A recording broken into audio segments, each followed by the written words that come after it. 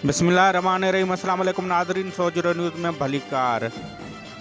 मीरपुर माथिलो में सोजरो news reporter Mohammad Hanif Soomro मूजिब गोठ palaeo सियाल जे रहवासी मेहराब सियाल कादरी भिटाई मीडिया सेंटर ते पहुची दायो त मुंहिंजी ज़मीन ऐं शहर जे दुकान ते बासरन कब्ज़ो कयो आहे, जंहिंजो बेरा फ़ैसिलो भी थियो आहे, पर हू कंहिं बि फ़ैसिले ते अमल नथा कनि ऐं मूं ते कूड़ा केस दाख़िल कराया अथनि ऐं मौतमार धमकियूं ॾेई रहिया आहिनि, जंहिं करे मां ऐं मुंहिंजे घर वारा परेशान आहिनि। हुन डीसी घोटकी एसी मीरपुर माथिलो खां मुतालबो कयो त मुंहिंजी ज़मीन ते कब्ज़ो ख़त्म कर तहफ़ुज़ फराम कयो वञे, ॿी सूरत में डीसी ऑफिस अॻियां पाण साड़ींदुसि। नंबर DH जो सर्वे नंबर 85 में आहे, उहो घर असांजी ज़मीन में ठहियल आहे।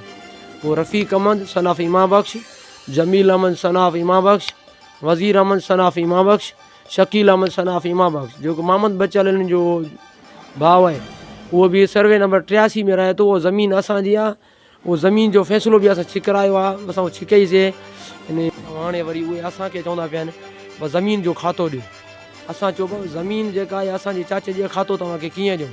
हाणे हुते बि हुते छिकाईंदा पिया आहिनि। ADC 1 वटि बि एप्लीकेशन ॾिनी अथनि। असांजो बिरादर आहे उते FFC में ड्यूटी कंदो आहे, यानी उते वीचारे उते उनखे बि छिकरायो अथनि। उते उन वीचारे जी नौकिरी विञाइणु चाहिनि था उहे मास्तर माण्हू। हाणे जिते बि असां एप्लीकेशन ॾियूं था, DC वटि ॾियूं था, त उन्हनि जो क्लियर